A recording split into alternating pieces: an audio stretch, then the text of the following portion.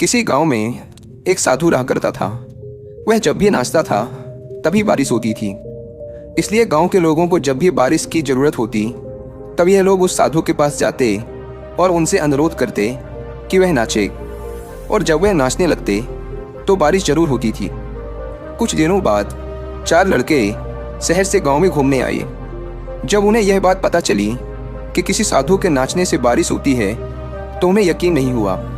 शहरी पढ़ाई लिखाई के घमंड में उन्होंने गांव वालों को चुनौती दे दी कि अगर हम भी नाचेंगे तो बारिश होगी, और अगर हमारे नाचने से बारिश नहीं हुई तो साधु के नाचने से भी बारिश नहीं होगी।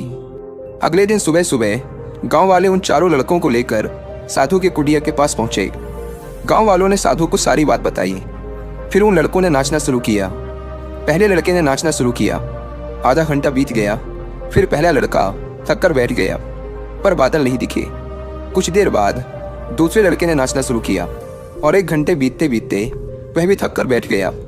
बाकी दोनों लड़कों ने भी ऐसा ही किया, पर बारिश नहीं हुई।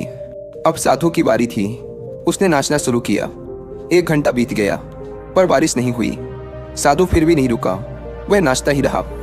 नाचते नाचते 2 घंटे बीत गए, पर बारिश नहीं हुई। 4 घंटे बीत गए, पर बारिश नहीं हुई।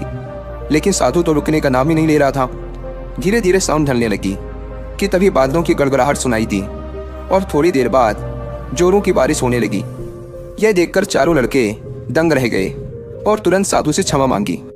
फिर 4 लड़कों ने साधु से पूछा, बाबा भला ऐसा क्यों कि हमारे नाचने से बारिश नहीं हुई और आपके नाचने से बारिश हो गई?